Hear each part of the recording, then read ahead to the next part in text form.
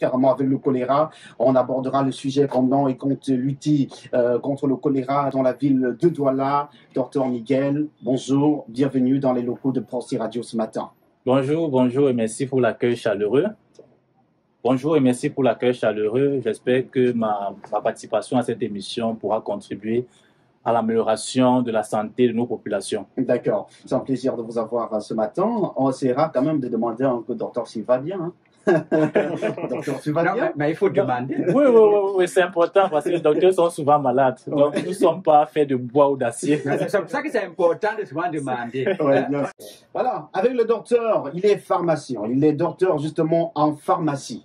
Voilà, comment devenir pharmacien? C'est la première question qu'on peut se poser. Carrément à la maison, est-ce que tout le monde peut devenir pharmacien? On ouvre sa boutique, on achète des médicaments, on commence à vendre.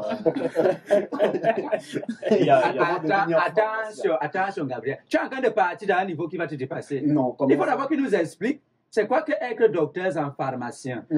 Hein? En pharmacie. Voilà, docteur en pharmacie, oui. C'est quoi? Oui. Hein? Docteur en pharmacie, c'est quoi? C'est la question de DG Billion.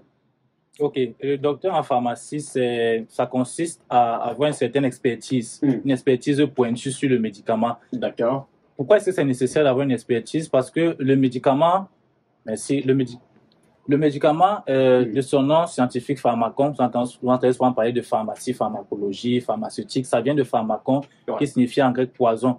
Parce qu'au départ, souvent, les venins de serpents étaient utilisés comme médicaments. Il fallait donc une certaine expertise pour pouvoir utiliser le venin à bon escient. Parce que de prime abord, le venin, c'est quelque chose de nocif. Donc, pour revenir à nos jours, le médicament, c'est quelque chose qu'il faut utiliser avec beaucoup de précautions. Il faut savoir quelle dose administrer, à qui le donner, femme enceinte, enfants, adultes et autres.